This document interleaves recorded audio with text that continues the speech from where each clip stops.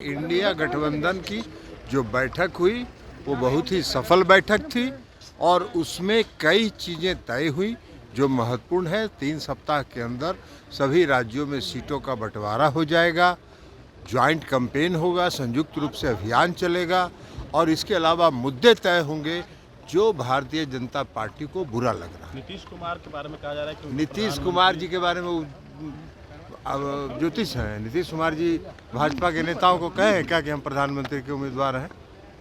कहा जा रहा है डेडलाइन दिया गया है कि दिसंबर में ही सीटों का बंटवारा हो जाए। 3 सप्ताह के अंदर हुआ है कि 3 सप्ताह के अंदर हम लोग सीटों का बंटवारा कर लेंगे और मैक्सिमम सीटों पर 1-to-1 लड़ाई हो, इसको सुनिश्चित करेंगे।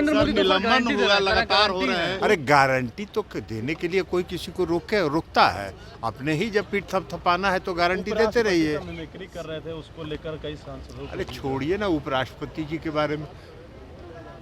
आरएसएस जातीय जनगणना का विरोध कर रही है और प्रधानमंत्री जी और सब सारे भाजपा के नेता जाति आधारित ट्वीट कर रहे हैं, जात पर आधारित ट्वीट कर रहे हैं। तो इन लोगों का क्या करिएगा? इन लोगों का एक काम है सर, लगातार निलंबन हो रहा है। आज भी निलंबन हुआ पार्लियामेंट में।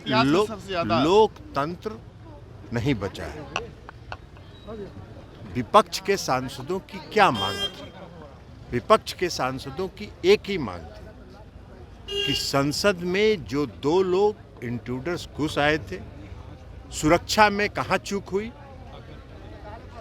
सुरक्षा में कौन सी गलती हुई, इस पर देश के गृह मंत्री सदन में बयान दें और उस पर चर्चा हो। विपक्ष के भी सांसदों को जो बात कहनी है वो सुने और उस पर वो जवाब दें, बताएं इस देश का आईबी किसके नियंत्रण में है, इस देश का रॉ किसके नियंत्रण में। तो ये इस पर गृह मंत्री उस संसद के सदस्य हैं, लोकतंत्र पर भारी भरोसा है उनका, दिन भर सुबह से शाम तक लोकतंत्र का जाप करते हैं और लोकतंत्र का जो सबसे बड़ी मंदिर है, इस देश की सर्वोच्च संस्था है, वहां आके बयान नहीं देंगे, अहमदाबाद में जाके बयान देंगे। यही तो है लोकतंत्र। और अगर सांसद उस मांग पर अडिग रहेंगे तो उनको निलंबित कर दिया जाएगा। लोकतंत्र है। अब यही लोकतंत्र की उनकी परिभाषा है, तो इसको क्या जवाब दें? क्योंकि आप अपने पार्टी के अध्यक्ष हैं, इसलिए आपसे पूछ रहे हैं। आपके पार्टी के एक सांसद हैं सुनील पिंटू, आजकल सुनील पिंटू जी रास्ते पर है, ये सबको मालूम है, हम लोगों को भी मालूम है कि वो एक रास्ते पर है।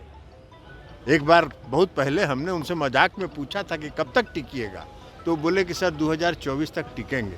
तो 2024 अब नजदीक आ रहा है तो रास्ता पर चल रहे हैं। पार्टी के खिलाफ ही बोल रहे हैं। अरे पार्टी के खिलाफ बोल रहे हैं तो क्या कर रहे हैं? अब जाएंगे, उनका बता तो दिए अब आपको कि वो रास्ते पर है।